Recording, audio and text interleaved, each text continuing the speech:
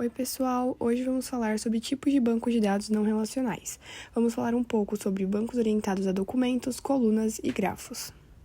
Os bancos de dados tradicionais ou relacionais organizam dados em tabelas, linhas e colunas, mas conforme as aplicações começaram a lidar com grandes volumes de dados mais variados e não tão estruturados, surgiu a necessidade de outro tipo de banco. Assim nasceram os bancos não relacionais, também chamados de NoSQL. Eles são mais flexíveis, permitem escalabilidade mais fácil e conseguem lidar melhor com diferentes tipos de informações.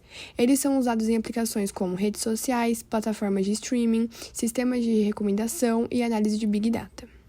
Existem várias categorias de bancos NoSQL, mas hoje nosso foco vai ser nos 3 mais importantes para entender como eles funcionam na prática. Os orientados a documento, colunas e grafos. Cada um deles resolve problemas específicos de forma muito eficiente. Começando pelo banco de dados orientado a documentos, aqui os dados são armazenados em estruturas semelhantes a documentos, como arquivos JSON, BSON ou XML.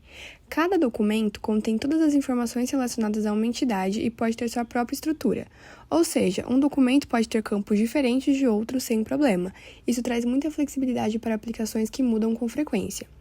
Temos também algumas vantagens: fácil de mapear para objetos de linguagem de programação, boa performance em aplicações com muitas operações de leitura e escrita e tem uma escalabilidade horizontal e eficiente. Alguns exemplos famosos são o MongoDB ou o CouchDB.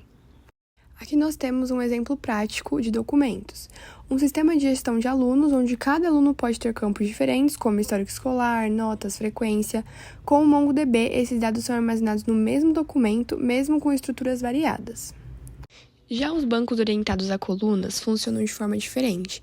Em vez de armazenar os dados linha por linha, eles armazenam coluna por coluna.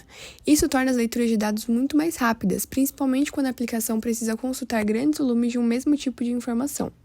Existem também algumas vantagens: uma leitura rápida e eficiente para agregações como soma, média, etc., armazenamento mais compacto graças à compreensão de colunas e escala horizontal com alta disponibilidade. Alguns exemplos desse tipo de banco são o Apache Cassandra e o HBase. Agora falando dos bancos orientados a grafos, eles são pensados para trabalhar com conexões e relação entre dados. Os dados são armazenados como nós e as relações entre eles como arestas. Esse tipo de estrutura é ideal para representar redes sociais, sistemas de recomendação ou mapas de rotas. Ele também tem algumas vantagens, como consultas complexas e encadeadas são muito mais rápidas do que em banco relacional, representa relações de forma natural e intuitiva e é ideal para os dados altamente conectados. Alguns exemplos de bancos é o Neo4j e Amazon Neptune. Por último, eu trouxe aqui uma tabela de comparação entre os 3 tipos de banco de dados que falamos ao longo do vídeo. Em primeiro, orientado a documentos. A sua principal vantagem é a estrutura flexível e ágil. Ele é ideal em aplicações web, cadastros e e-commerce.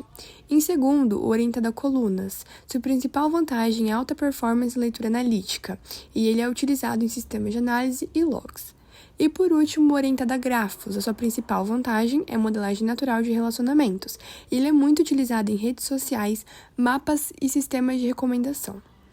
Bom, é isso, pessoal. Obrigada por assistirem até aqui. Espero que o conteúdo tenha sido útil. Até uma próxima.